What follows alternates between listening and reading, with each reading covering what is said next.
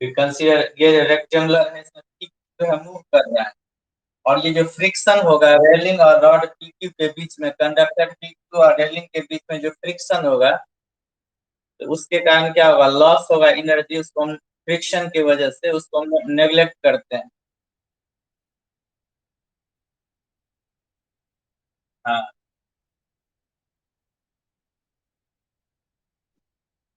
हाँ होगा ही कि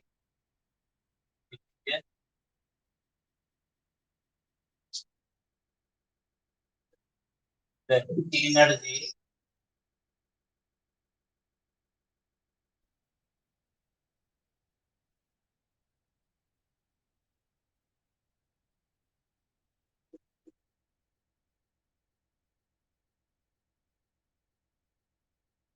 is neglect.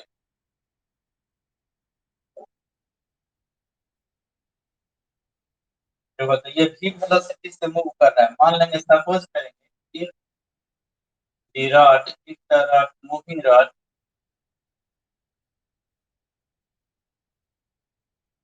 is at a distance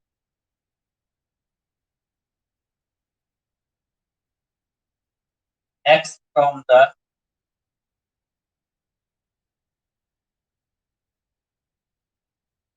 end r, from the end r से x डिस्टेंस पे रॉड है, सपोज कर लेंगे if the moving rod is at a distance x from the end r,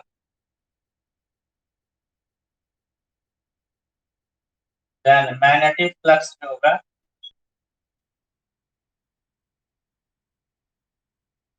I is equal to b a cos 180 degree होगा,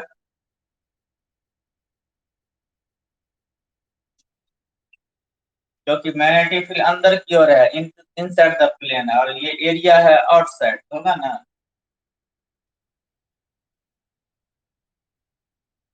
और rod का मान लेते हैं लेंथ एल है।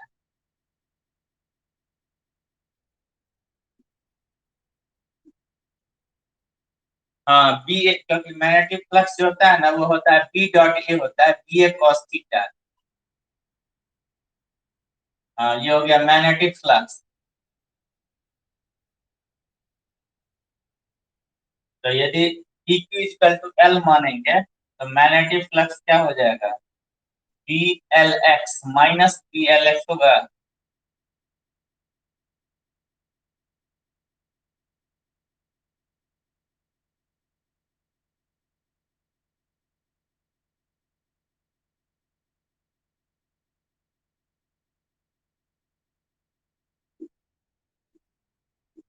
तो फ्रॉम फैराडेज लॉ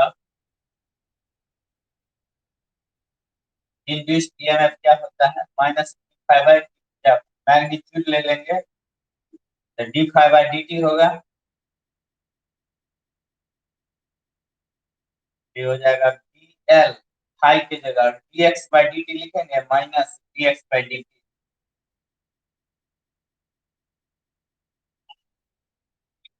हाँ तो देखो यहाँ पे minus D X by D T को भी लिख सकते हैं, क्योंकि लेफ्ट साइड में जा रहा है डायरेक्शन, तो बी एल भी लिख। इसी ईएमएफ का नाम है मोशनल ईएमएफ।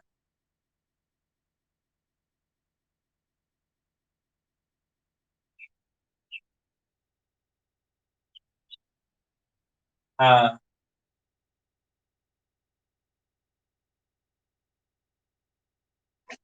तो ये हुआ ईएमएफ इंड्यूस हुआ है ड्यू टू द वेलोसिटी, इसीलिए इसका नाम पड़ गया मोशनल ईएमएफ।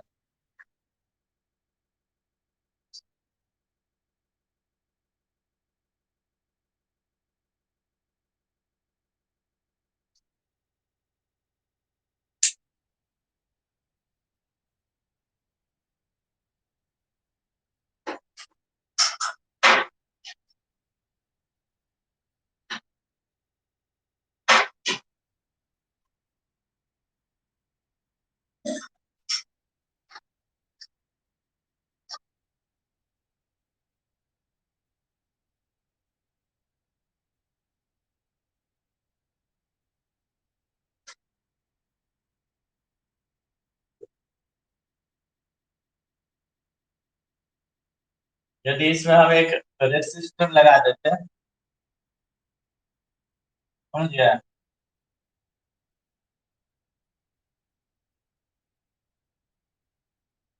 वो करंट का वैल्यू पूछ देता है इससे कितना होगा।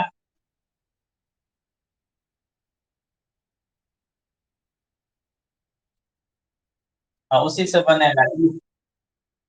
ईएमएफ हो गया ना बीएलवी, तो आई इक्वल क्या होता है, ईएमएफ बाई आर हो जाता है। ये हो जाता है बीएलवी बाई आर, समझा।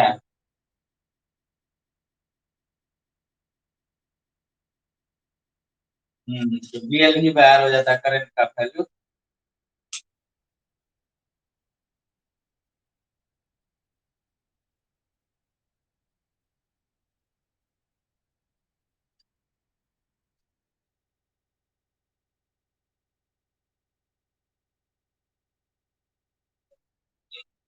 हाँ, रॉड मोशन में है।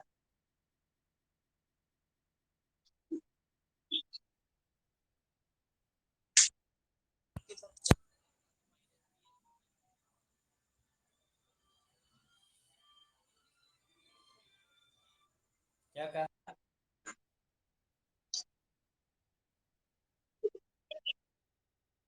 हाँ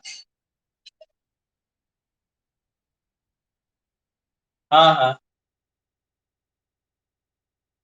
तो हम लोग का मैग्नीट्यूड लेंगे, मैग्नीट्यूड ले लेंगे।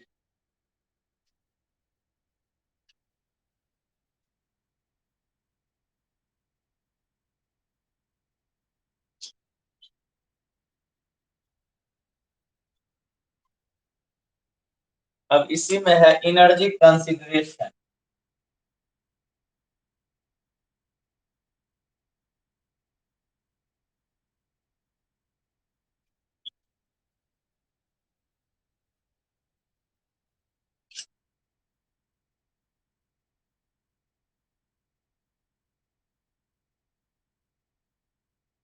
मान ये जो एनर्जी मतलब इंड्यूस हुआ, इसमें जो ईएमएफ जनरेट हुआ तो उसे करंट जनरेट होगा, तो करंट जो इंड्यूस हुआ वो करंट कहाँ चला, क्योंकि देखो क्या होता है इसमें, रॉड को जब हम पुश करेंगे तभी तो इंड्यूस होगा करंट। हाँ, वो भी कांस्टेंट वेलोसिटी के साथ। एक कांस्टेंट वेलोसिटी के साथ तभी मूव करेगा जब इस पे हम मैकेनिकल फोर्स लगाएंगे। नहीं, तो इसको मोशन में रखने के लिए हमको फोर्स लगाना पड़ेगा, कांस्टेंट फोर्स। इस तो इस पे जो मैंने वेलोसिटी कांस्टेंट रहेगा, तो इस पे जो हम मैकेनिकल फोर्स लगाएंगे तो उसके लिए हमको वर्क डन करना पड़ेगा, मैकेनिकल वर्क। तो वह मैकेनिकल वर्क कहाँ चला गया, उसको दिखाना है। एनर्जी कंसिडरेशन मीन्स यही हो गया कि इसको पुशअप करने में जो फोर्स लगा, पावर डिलीवर्ड एंड और keeping the constant velocity, mechanical power, वो पावर कहाँ चला गया, तो वो उसके कारण क्या हुआ। हाँ, तो उसके वजह से इसमें क्या हुआ, इलेक्ट्रिकल एनर्जी रिसीव किया ये, इसके अंदर इलेक्ट्रिकल एनर्जी आ गया है। इलेक्ट्रिकल एनर्जी जब आ गया तो इलेक्ट्रिकल एनर्जी के कारण क्या होगा, हीट, जूल हीटिंग इफेक्ट से हीट एनर्जी में कन्वर्ट होगा वो इलेक्ट्रिकल एनर्जी, समझ गया ना। तो इसी को कहा जाता है एनर्जी कंसिडरेशन। आ गया समझ में। तो मान लेते हैं कि लेट, हाँ let Q, R small R जो है ना सीधा resistance of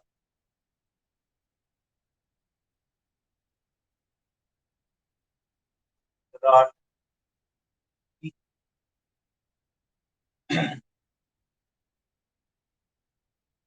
the resistance of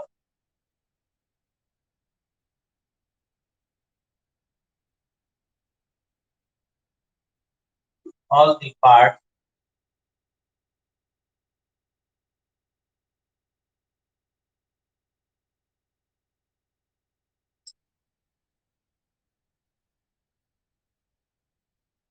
except PQ are taken negligible, समझा।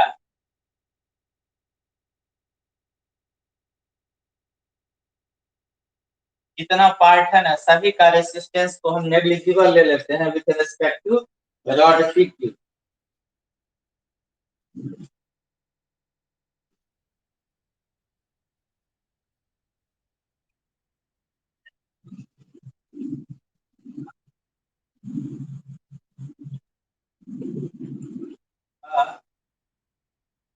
क्या कहा? क्या कहा?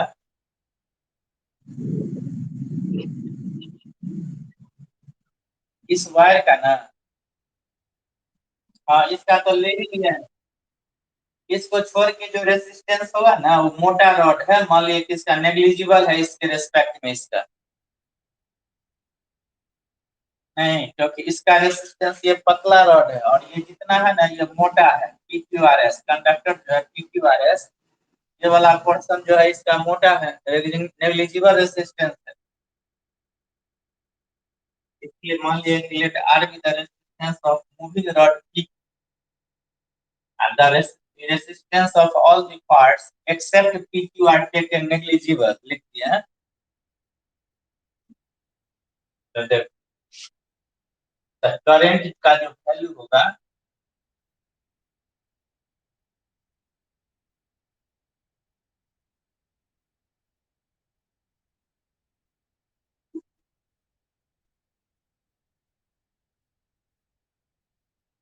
करंट का वैल्यू कितना होगा? EMF बाय R, ये हो जाएगा PLT बाय R होगा करंट।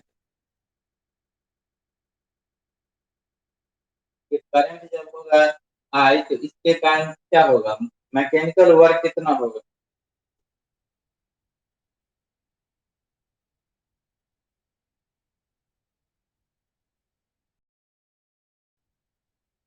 हाँ, क्योंकि इसको मोशन में रखेंगे ना रॉड को, देखो एक चीज पढ़ाया है लगता है छूट गया है तो पढ़ाना पड़ेगा।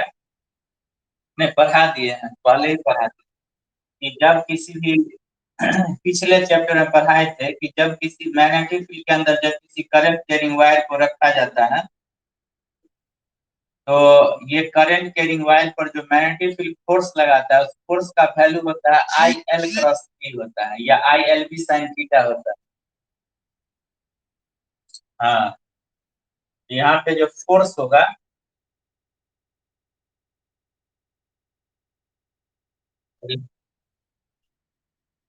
हाँ तो लिखेंगे force exerted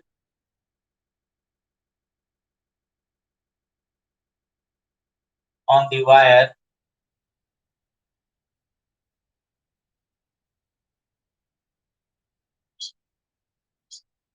due to magnetic field.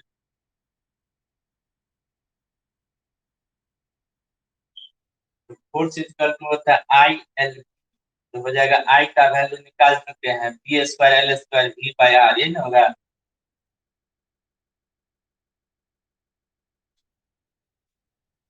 So mechanical force जो होगा, mechanical power delivered,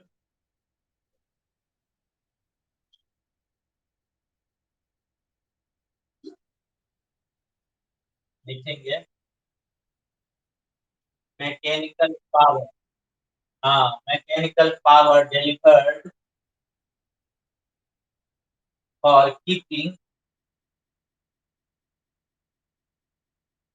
constant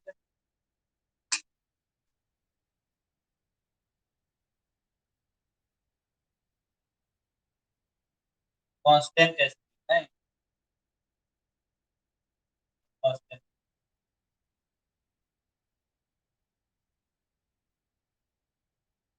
power equal to होता है, मैकेनिकल पावर जो है ना फोर्स इनटू वेलोसिटी होता है। फोर्स का वैल्यू क्या होगा? P square L square P square, ये हो गया मैकेनिकल पावर, समझा?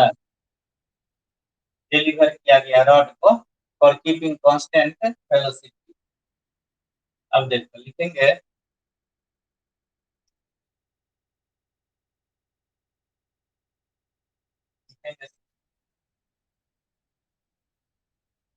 करंट I फ्लो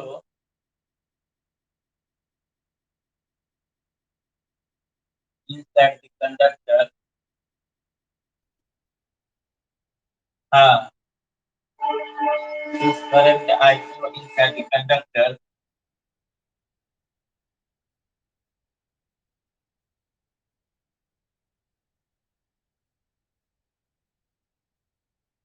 तो इलेक्ट्रिकल पावर जो होगा,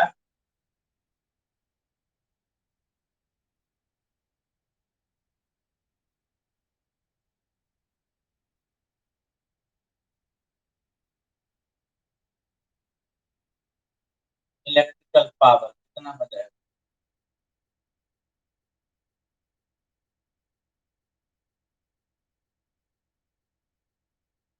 जूल हीटिंग इफेक्ट से रिलीज करते हैं।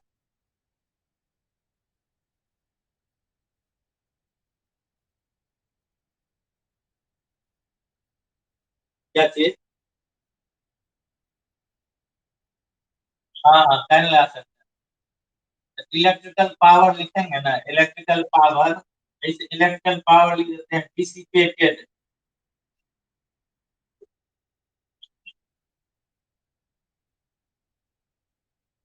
करंट लिख सकते हैं, आई स्क्वायर आर तो लिख ही सकते हैं।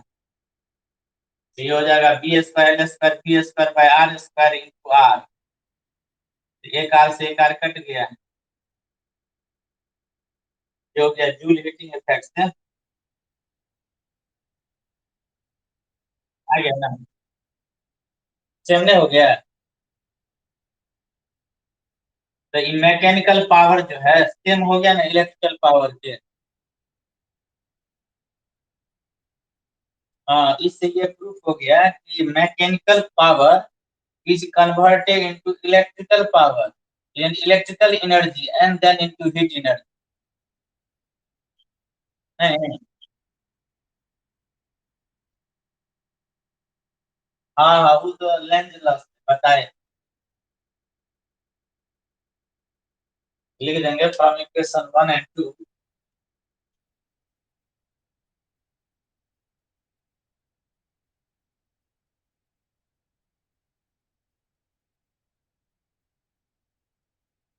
We see that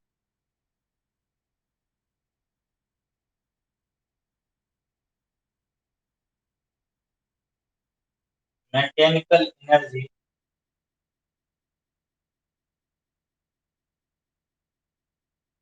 delivered to the rod to the conductor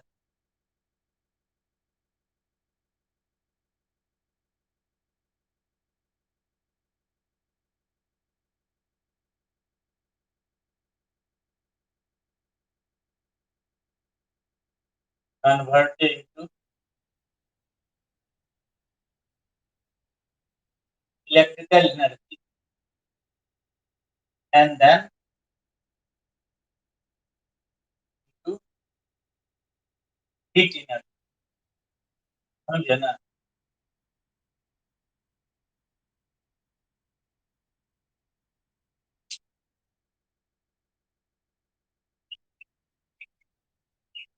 हाँ, फ्रिक्शन वाला केस। नहीं, वैसे भी इसमें तो क्या होगा, फ्रिक्शन भी होगा प्लस ये जो कंडक्टर से जो पास कर रहा है ना current, heat energy I square R में कन्वर्ट होगा ना, तो ज्यादा देर तक करंट पास करेगा तो हॉट हीट हो जाएगा, गर्म हो जाएगा वायर। हाँ, तो वो ड्यू टू करंट हो गया।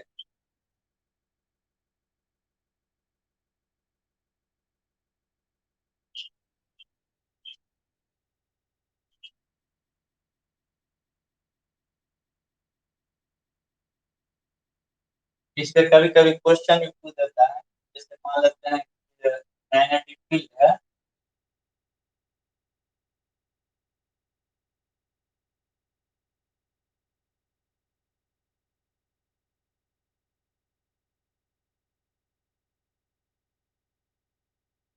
इसके अंदर किसी रॉड को रोटेट कराया जाता है।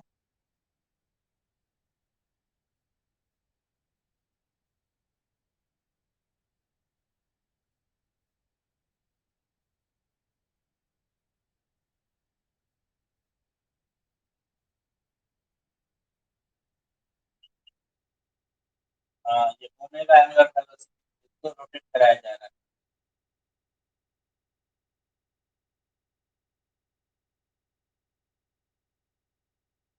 ये एंगल है थीटा। ठीक है ना। एक रॉड कंडक्टर है जिसको ओमेगा एंगुलर वेलोसिटी से मैग्नेटिक फील्ड के अंदर रोटेट कराया जा रहा है।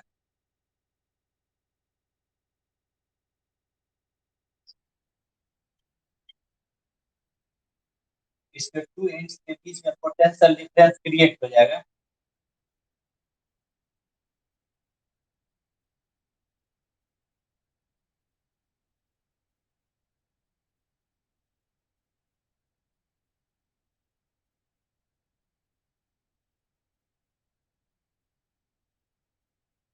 लेंथ ऑफ रॉड जो है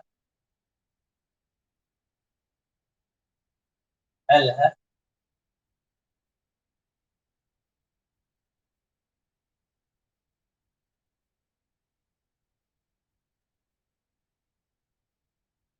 ओमेगा हो गया एंगुलर वेलोसिटी।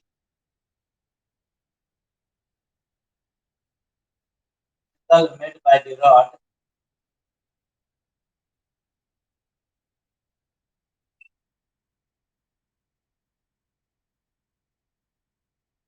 हाँ, तो the angle by made by the rod in T second कितना होगा? Theta is equal to omega T होगा।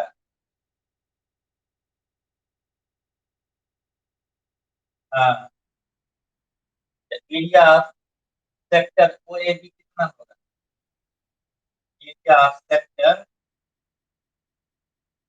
ओ A B half R square theta होता है ना। हाँ, लेंथ का ही है। अब जो होगा flux, magnetic flux through this sector हो जाएगा। Magnetic flux through this sector. Magnetic flux phi equal to होता है बी ए कॉस 180 डिग्री। लिखेंगे माइनस बी ए। ये हो गया यही half R square omega T. हो गया ना।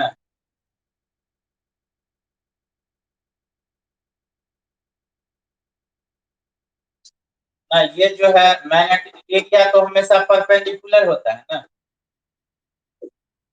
मैग्नेटिक फिर अंदर की ओर है इसलिए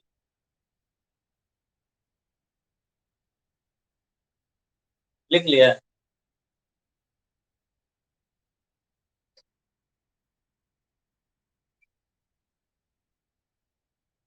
तो क्या एरिया ऑफ सेक्टर हो गया half R square omega T. हाँ, एरिया का वैल्यू रख दिए। हम लोग फ्रॉम फैराडेज लॉ।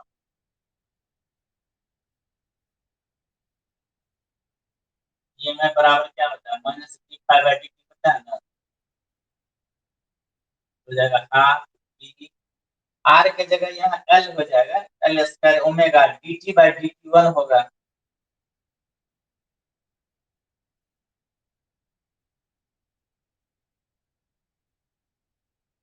यही हो गया हाफ डी एल स्क्वायर। समझ गया।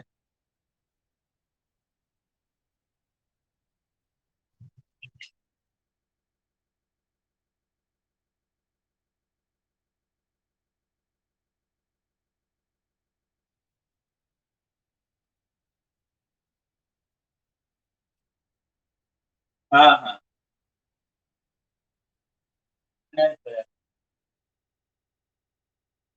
ओमेगा पे डिपेंड करता है। टी बराबर आर ओमेगा होता है।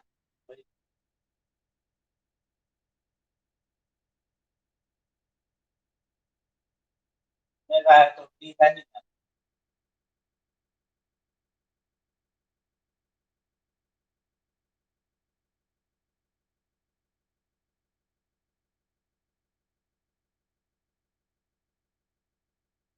रिलेशन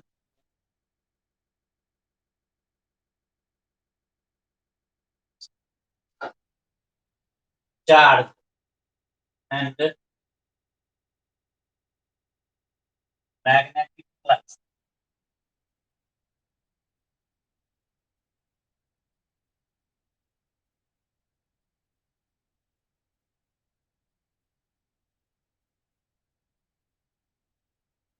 पता है ना।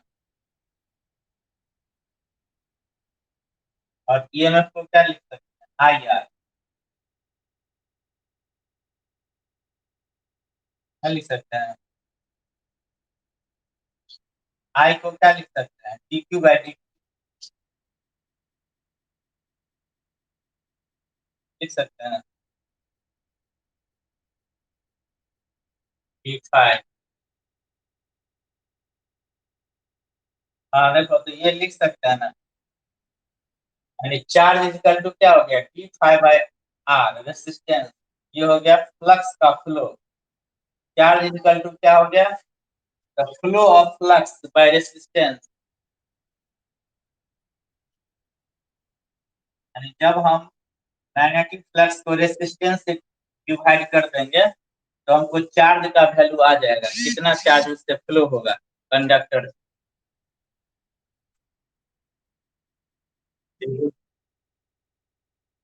हाँ, तो ये इम्पोर्टेंट रिलेशन है चार्ज और मैग्नेटिक फ्लक्स के बीच में।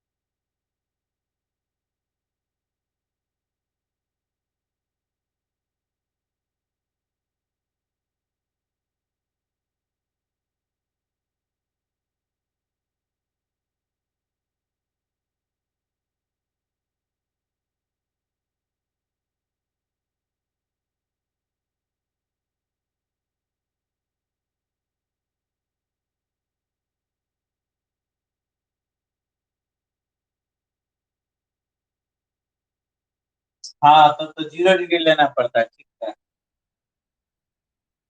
हाँ, तब तो 0 ही लेना पड़ता है।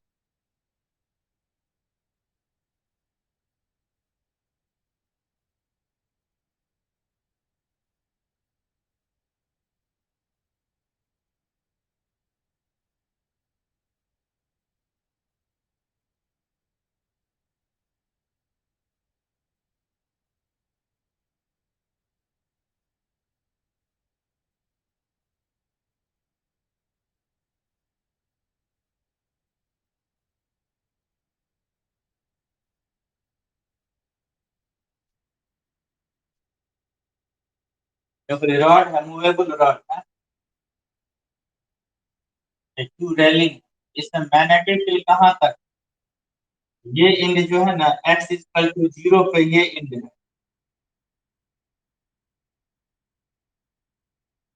ये इंड है एक्स इक्वल टू 0 पे। या एक क्वेश्चन है।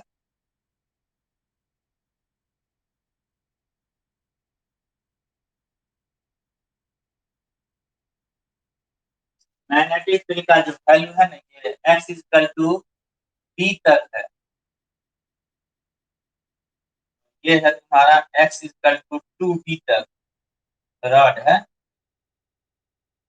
एक्स इक्वल टू बी तक क्या है? मैग्नेटिक फील्ड है। इसके बाद एक्स इक्वल टू एल है। X equal to 2 B. यानी एक्स इक्वल टू डी से लेके two, X equal to B से लेके 2 बी के बीच में मैग्नेटिक फील्ड नहीं है।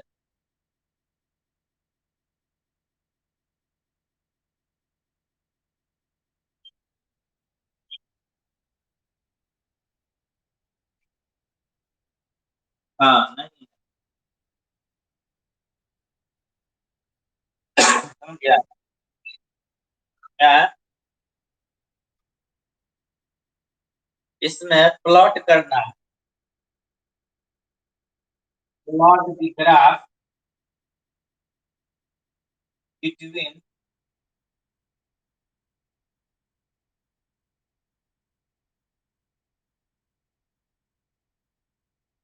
Plot the graph of magnetic flux, समझा? मैग्नेटिक फ्लक्स हो गया, ईएमएफ हो गया, पावर हो गया,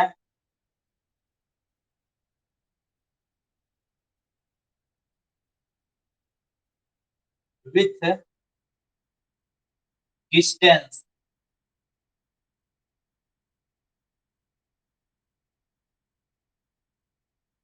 हाँ, मैग्नेटिक फ्लक्स, ईएमएफ और पावर का ग्राफ प्लॉट करना है।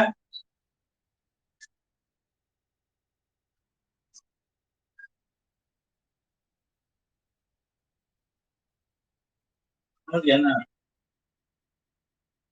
इसको v वेलोसिटी से मूव कराया जा रहा है और इसका लेंथ जो है ना रॉड का वो एल गिवन है।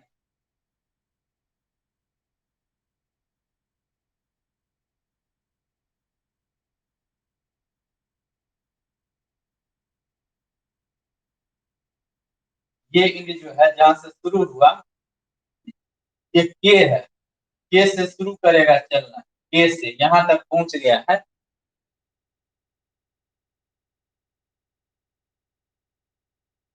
समझ गया? हाँ, के से स्टार्ट किया। हाँ, के से एल तक आ सकता है। मैग्नेटिक फील्ड जो है ना वो एल तक, के से एल तक मैग्नेटिक फील्ड।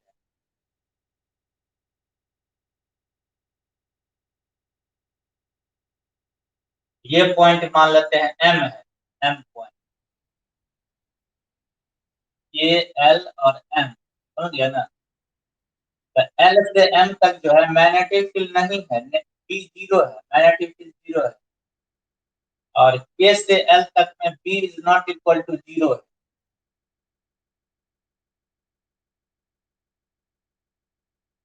ठीक है, तो फिर इसको बना लिया। ठीक है,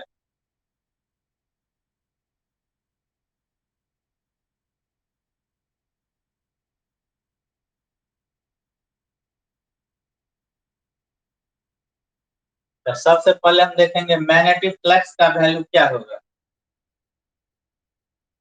समझिए?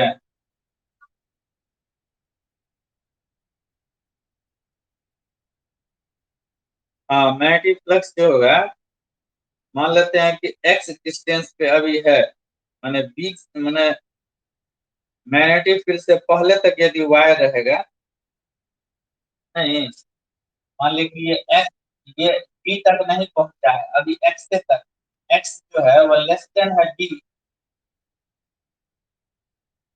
तो मैग्नेटिक फ्लक्स हो जाएगा बी एल एक्स हो जाएगा।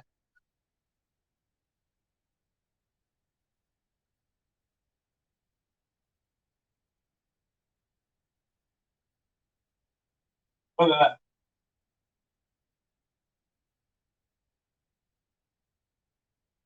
बी से लेकर के एक्स का value, X equal to B, X का वैल्यू क्या रहेगा बी,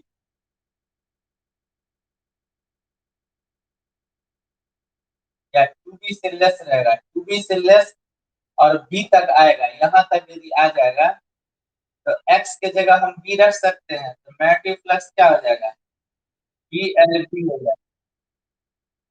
क्या हो जाएगा? मैग्नेटिक फ्लक्स हो जाएगा बी एल बी हो जाएगा।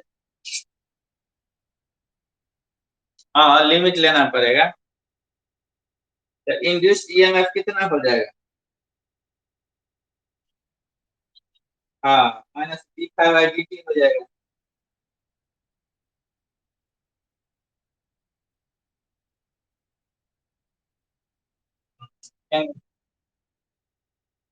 उसको लिखेंगे ईएमएफ इक्वल टू होता है minus D five by D T, EMF equal to हो जाएगा माइनस डी एल टी हो जाएगा।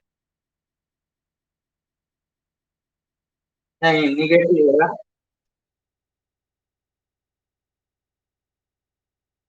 समझ गया?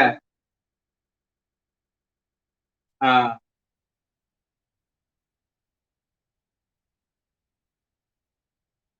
तो ये जो है ना जीरो से लेके बी से एक्स का वैल्यू जो है यहाँ पे जीरो से लेके बी से लेस, यहाँ से लेकर के इधर तक का जो रहेगा ईएमएफ का वैल्यू यही होगा -BLV।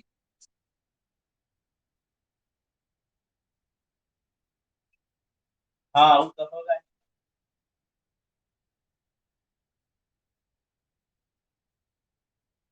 माने एक्स जो का वैल्यू जो होगा ना, बी से लेके ग्रेटर होगा टू बी तक, बी से लेके टू बी तक में क्या होगा, मैग्नेटिक फ्लक्स का वैल्यू जीरो हो जाएगा। हाँ हाँ, ईएमएफ भी जीरो है, समझ में।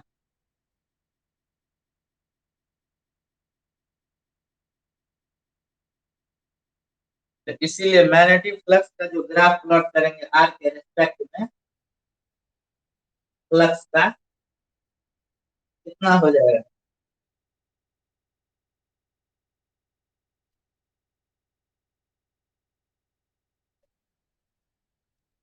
अलग अलग पहले मैग्नेटिक फ्लक्स का ले लेते हैं, आर के एक्स के डिस्टेंस में। हाँ तो बढ़ेगा ना एक्स के साथ, कहाँ तक, एक्स इक्वल टू बी तक। इधर जा रहा है तो चूंकि एरिया बढ़ रहा है ना, तो फ्लक्स भी बढ़ रहा है।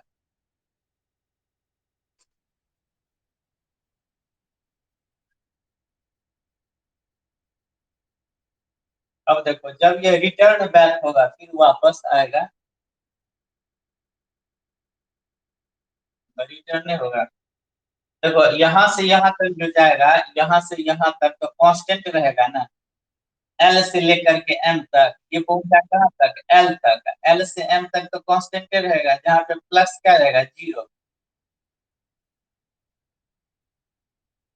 एक तरह से देखा जाए तो ये जो है ना, एल से जाएगा एम और फिर एम से एल पे आएगा, ऐसे। तो दोनों सिचुएशन में फाई जीरो न रहेगा, समझ गया। एल से एम जाएगा फिर एम से एल आएगा। हाँ तो जीरो होगा, ठीक। इसके बाद लेंगे कि जब अब इसके अंदर इन करें,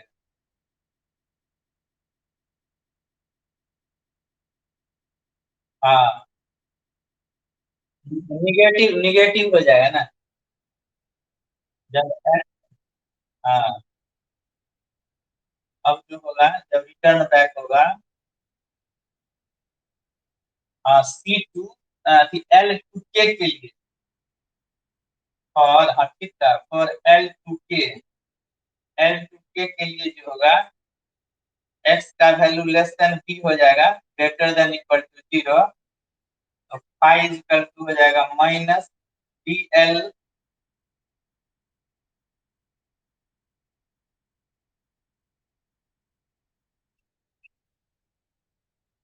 ये हो जाएगा -BLB होगा,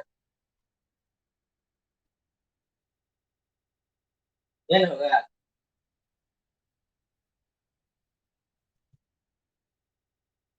क्या कहा।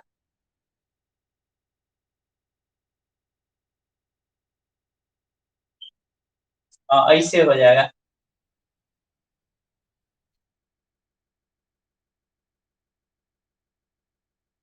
समझ गया।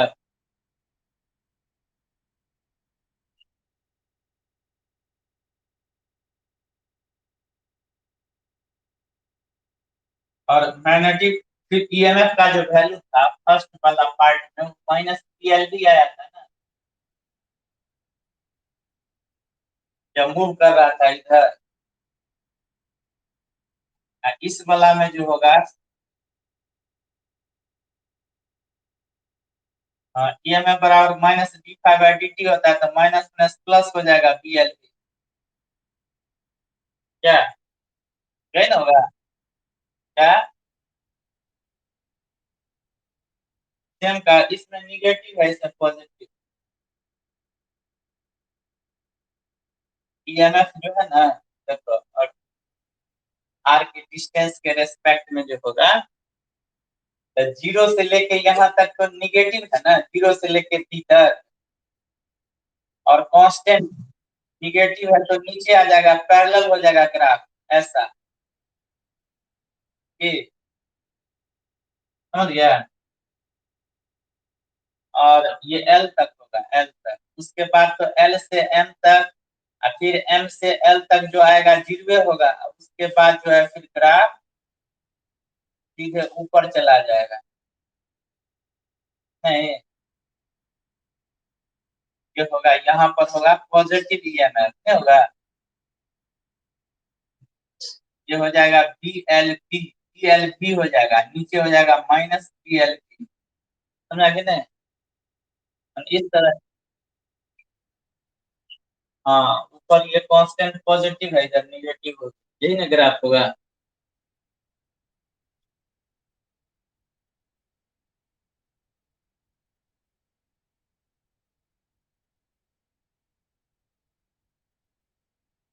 हम्म। अब हम चलते हैं पावर पर। नहीं,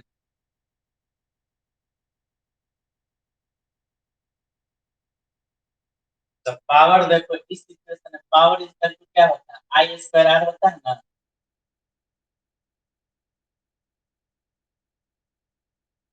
या टी स्क्वायर बाय आर, ये ना होता है पावर। तो माइनस जो है, माइनस जो है उसमें भी तब B square square B square positive ही होगा। अब पॉजिटिव जो है इस सिचुएशन में, इसमें भी क्या होगा? B square square B square by R. हाँ, दोनों ऊपरे में जाएगा ग्राफ, पावर का डिस्टेंस के साथ जो ग्राफ होगा वो क्या होगा? दोनों ग्राफ ऊपर में ही होगा, यानी B square L square B square by are.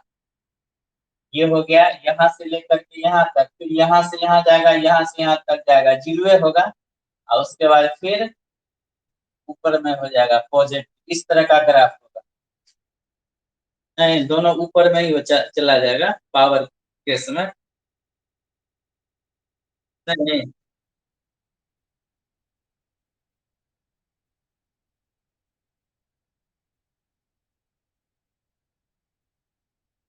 समझ गया।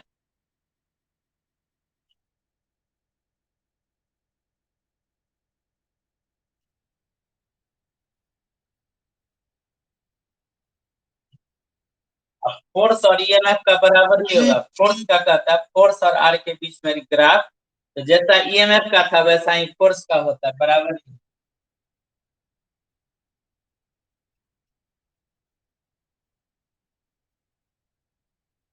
हाँ, पॉजिटिव नेगेटिव इफेक्ट पड़ता है ना, इसीलिए।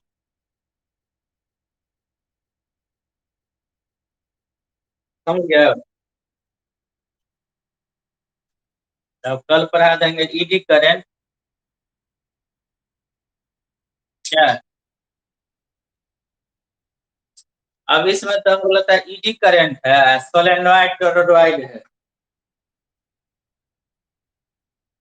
हाँ, पढ़ ये चुका है। तो अब इसमें ईडी करंट है, उसके बाद होगा mutual inductance, self inductance, AC generator. मात्र तीन तो टॉपिक बच गया।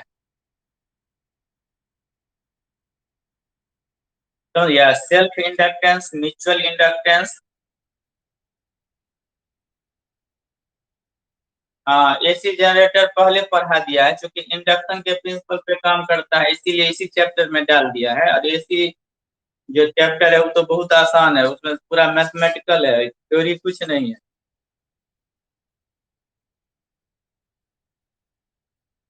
हाँ, इसलिए एसी चैप्टर जो है ना वो तो बहुत ही आसान है, उससे आसान तो अभी तक कोई चैप्टर पढ़ा ही नहीं है उतना आसान। समझा? जितना आसान हुआ है एसी चैप्टर सबसे आसान है। पूरे पूरे फिजिक्स में सबसे आसान वही चैप्टर है।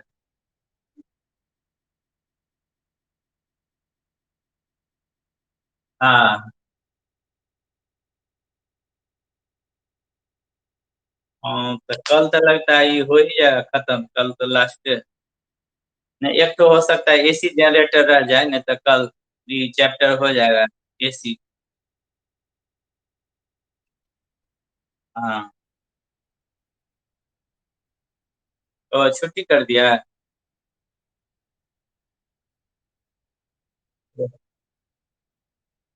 तो तब दिन में क्या करता है? तो दिन में भी पढ़ सकता है। नहीं, हम भी तो फ्री रहते हैं।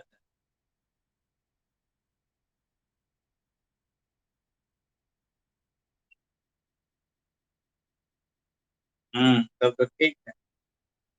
हम बता देंगे टाइम। ठीक है।